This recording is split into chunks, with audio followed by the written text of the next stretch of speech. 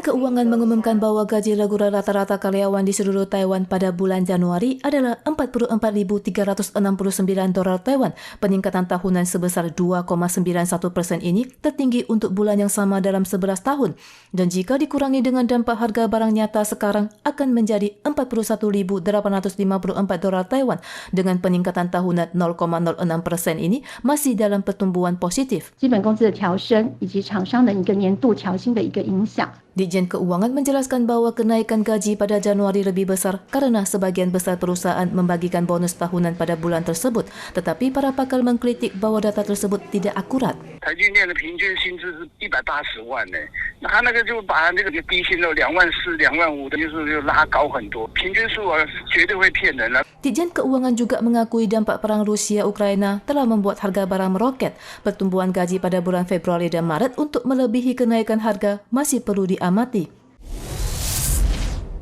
Tingkat pengangguran Taiwan pada Januari adalah 3,61%. Penurunan berturut-turut selama 7 bulan terakhir ditambah situasi pertumbuhan nilai ekspor selama 20 bulan membuat pemerintah memutuskan untuk menaikkan subsidi bulanan bagi yang berpenghasilan rendah dan menengah.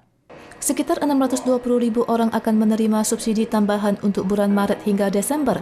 Sebelumnya, pada tahun lalu, Kementerian Kesehatan dan Kesejahteraan MOHW juga telah memberikan tunjangan bagi keluarga kaum lemah dan penyandang disabilitas sebanyak 1.500 dolar Taiwan per orang per bulan selama 3 bulan. MOHW menyatakan tunjangan pembagian hasil ekonomi tahun ini berbeda dengan tunjangan atas nama bantuan tahun lalu dengan penambahan anggaran sebesar 3,9 miliar dolar Taiwan. Untuk tunjangan MOHW tahun depan masih tergantung pada situasi ekonomi secara keseluruhan di Taiwan pada tahun ini. Taiwan memiliki kepadatan sepeda motor tertinggi di dunia, tetapi sering ada pengendara yang melaju di trotoar demi kenyamanan sendiri. Misalnya Jalan Chongzheng di Kaohsiung ini, dalam waktu 5 menit telah ada lebih 3 sepeda motor yang melaju di trotoar. Hal ini menimbulkan keluhan dari jurnalis Polandia yang tinggal di Kaohsiung. Jurnalis Polandia merekam sepeda motor yang melaju di trotoar dengan kecepatan tinggi dan terkadang membunyikan klakson memaksa pejalan kaki untuk memberi jalan. Hal ini membuat dia merasa fenomena ini adalah masalah serius dan meminta penanganan dari pemerintah kota. 像我如果我在国外的话，就不会遇到这种事情。我刚回台湾，在人行道走有曾经被机车扒过吗？有啊，还蛮长的。 Warga yang baru kembali dari Meksiko mengatakan sangat jarang melihat motor melaju di trotoar di luar negeri dan merasa hal ini akan memengaruhi citra Taiwan. 110年，高雄市取缔了机车违规行驶人行道有14480件。那今年度111年到2月份左右，我们取締了2131件。 Situasi pelanggaran mengendarai sepeda motor di trotoar sangat serius. Jumlah kasus penilangan di kota Kaohsiung telah melebihi 14.000 kasus pada tahun lalu. Polisi mengatakan mobil dan motor yang melaju di trotoar akan didenda 600 hingga 1.800 dolar Taiwan dan akan memperkuat razia. Tank Rusia yang memasuki wilayah timur Kiev pada tanggal 9 diserang oleh drone Ukraina dan video penyerangan dirilis oleh Batalion Azov.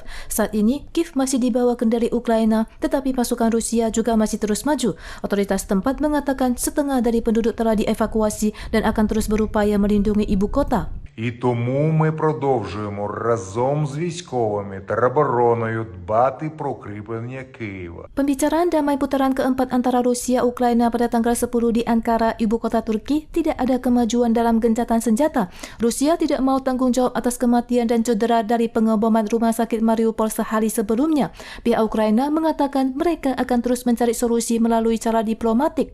О том, что этот родильный дом давно захвачен батальйоном Азов і прочими радикалами, откуда вигнали. І у зв'язку з цим я хочу підтвердити ще раз, самовіддано, жертвуючи собою, захищати нашу землю, наших людей від російської агресії. Saat ini, pengeboman terhadap kota pelabuhan Mariupol di wilayah selatan masih berlanjut, menyebabkan warga terputus air, listrik, dan makanan. Palang Merah Internasional memperingatkan bahwa kota Mariupol dalam keadaan bahaya, dan PBB juga mengatakan 2,3 juta orang telah meninggalkan Ukraina sejak perang dimulai.